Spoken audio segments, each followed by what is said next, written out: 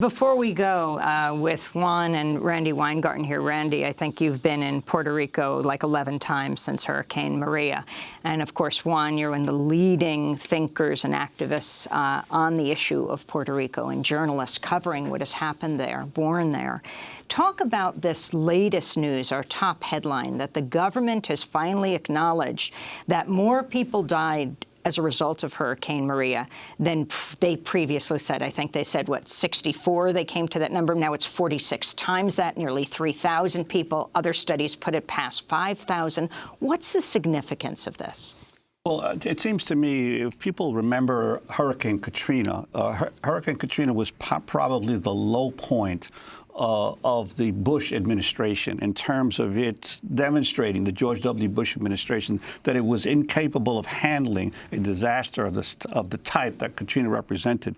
Yet somehow the crisis in Puerto Rico and this, not only the ability to handle the immediate crisis, but then even to properly account for and count the dead, to me has to be, certainly for the government of Puerto Rico. The governor of Puerto Rico has not received, in my estimation, sufficient criticism for the failures of his government to properly address the crisis in the days after Hurricane Katrina, but also for the Trump administration. Somehow the Trump administration has managed to push the Maria crisis aside and the failure of the federal response to Katrina, so that we now have an official recognition of nearly 3,000 dead, perhaps possibly more, because it could conceivably be more, but at least now close to 3,000 dead. It's astonishing. A year later, as we're entering the 1-year anniversary of Maria. But I know, Randi, you've been there multiple times to Puerto Rico, and you've especially dealt with how they've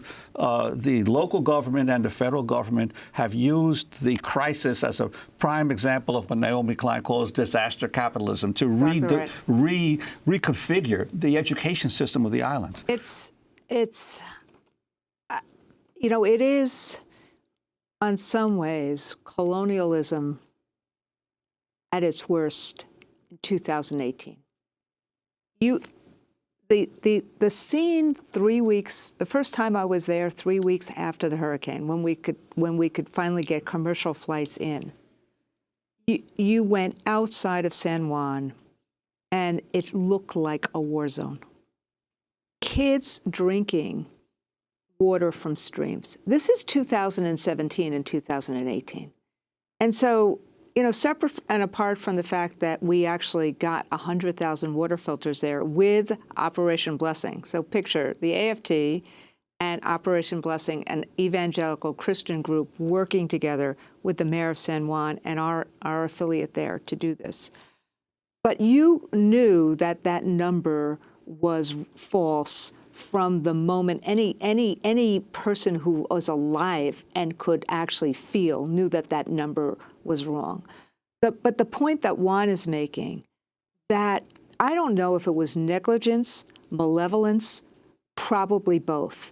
The utter failure to understand a hurricane on an island and prepare for that, particularly in light of what had happened in Katrina, that is a failure of the Trump administration. And you compare it to the preparation in Florida and in Houston right beforehand, and then the failure over the course of the next 3 months, as exemplified by Donald Trump just throwing paper towels.